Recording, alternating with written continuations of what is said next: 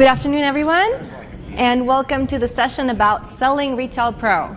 We're very excited about this session because this year we get to leverage some of the seasoned professionals from our sales force in different regions and different business partner entities and really examine some of the business cases of how Retail Pro is sold, what works, what doesn't work, how to approach different vertical markets, and hopefully give you guys a chance to ask questions to see what can be tailored and tweaked a little bit maybe in your operations to really drive that productivity up in your sales forces. So joining me on stage, I'll give you a quick introduction overview of who is here. We've got Jason McCall joining us from the North American Partnership Group, followed by one of our very own, Gabe Garcia. Very good. Thank you, And what do you do Alexander, for the us, Gabe introduction. Garcia? So Gabe is one of the sales managers for North America, followed by Shafka Sam. Yeah, my name is Shaf. Good afternoon. Welcome, everyone. I help and support our business in Latin America. And Manuel from Ambit. Yes, Mexico City. And on this side, we've got David from RIS News, Texas, and followed by Pete Latona. Retail Pro sales. In case you didn't know me.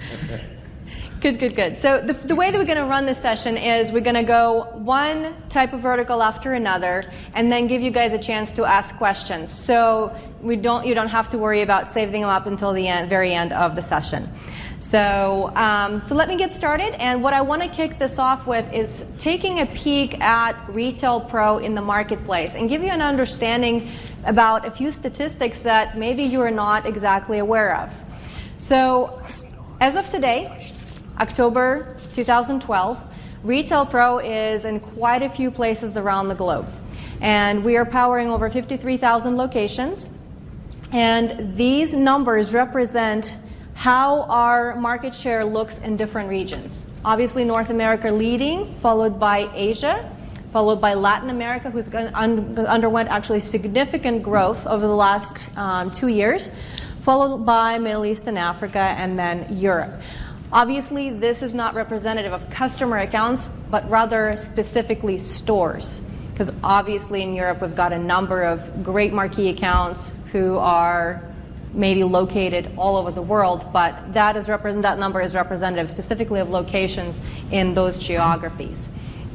And when it comes to the different types of markets we serve, I'm sure as you look at the cross-section of your own customer databases, you have an idea of where they fall.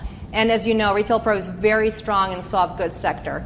And if we look at the cross-section of our customers, 80% fall in that soft goods section. So that's your apparel, your sporting goods, your footwear, accessories, verticals where Retail Pro thrives in regardless of geography, regardless of scale. But this hard goods sector is a surprising one for some. I know our Middle East friends have been growing significantly with especially the new functionality in 9 that's been added. So there's a lot. The numbers for electronics sales is going up. The numbers for furniture and home goods is going up. So that hard goods sector is growing as well.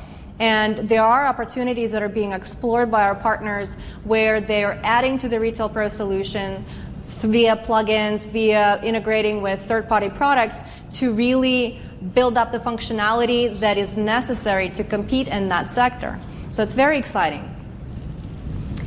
And I've just alluded to a few key verticals that we serve, but I wanted to give you an understanding of where we stand today in kind of the top core verticals and top expertise areas that our partners possess in selling into those verticals.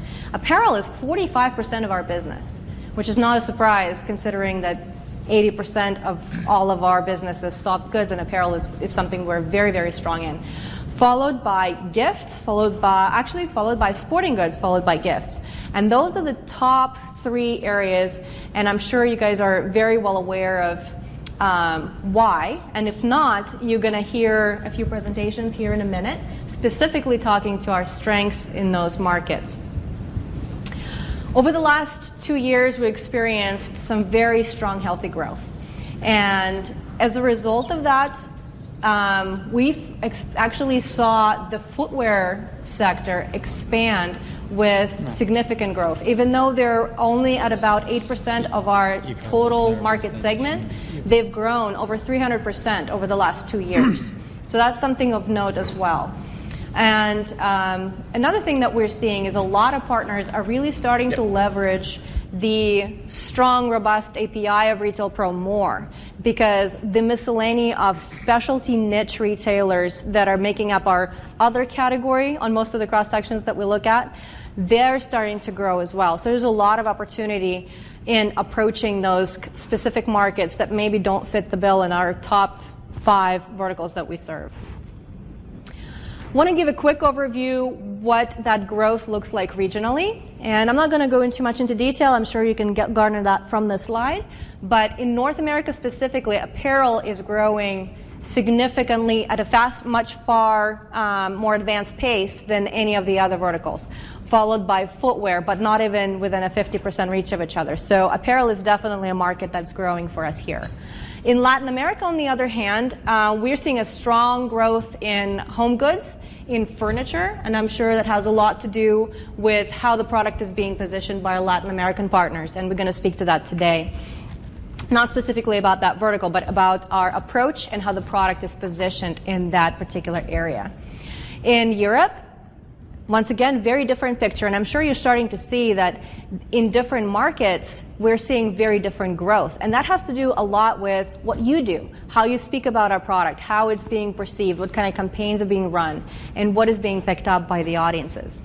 So as far as Europe is concerned, our largest growth is in that specialty niche category, followed by jewelry and accessories. So that specialty niche retailer is something that excites them about Retail Pro. And I challenge you guys to think about it, challenge you guys to think about what exactly about Retail Pro, historically an apparel solution, historically a footwear solution, really appeals to the retailers who are really not a retailer who's ready to take a solution out of the box and just run with it. They're extremely creative, their needs are extremely diverse, and they need a large number of functionality tailored to their exact needs to fit them to a T.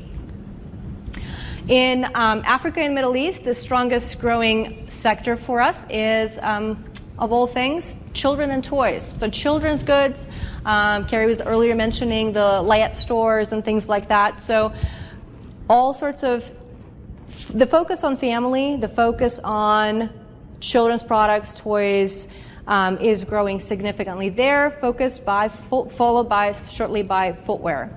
And in Asia, not a great surprise here, electronics, one of the extremely fast expanding markets for us.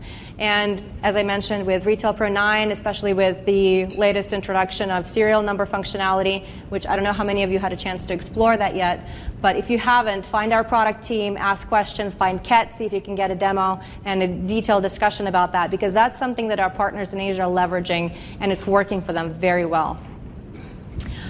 And software assurance, very relevant to all of our businesses. So I wanted to bring that stat into our market conversation as well. As of right now, we have a percentage of our customer base that's on software assurance, and a large customer portion of our customer database that indicates that we have a large number of active customers who are engaged in one way, shape, or form, but they're not current on SA. So that's a business opportunity for us, and it exists and it's readily out there. And in North America, we have the highest number of customers that are currently on software assurance, followed by Europe, followed by Latin America, and followed by the rest of the regions.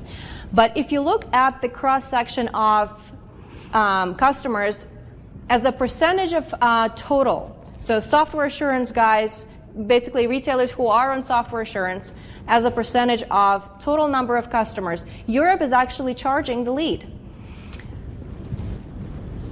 And I think it's a very significant number. But what I'd like to stress in the 2SA slides that I have here is specifically the opportunity for us to grow more, and opportunity for us to really capture a larger number of revenue and to expand our businesses. And to bring a little shade of optimism to this discussion, wanted to show you 3 trend lines. And those three trend lines represent our product growth, our SA renewals, and our market penetration over the course of the last 10 years.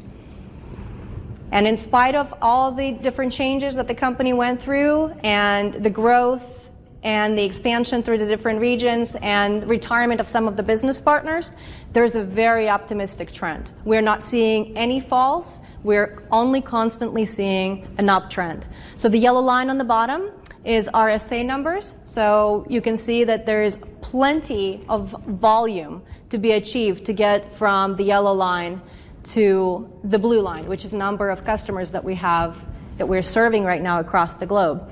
And the red line with the most steep climb on the chart, that's the number of stores that we're serving.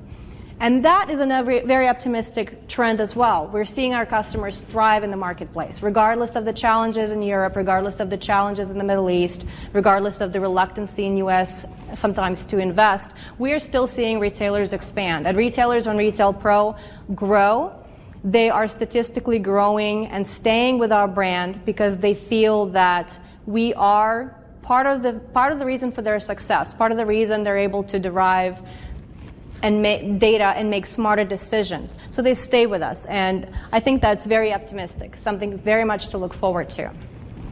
So without further ado, I want to pass on the podium and the microphone to the next presenter, who is going to be Manuel, and he's going to speak specifically about selling into apparel vertical.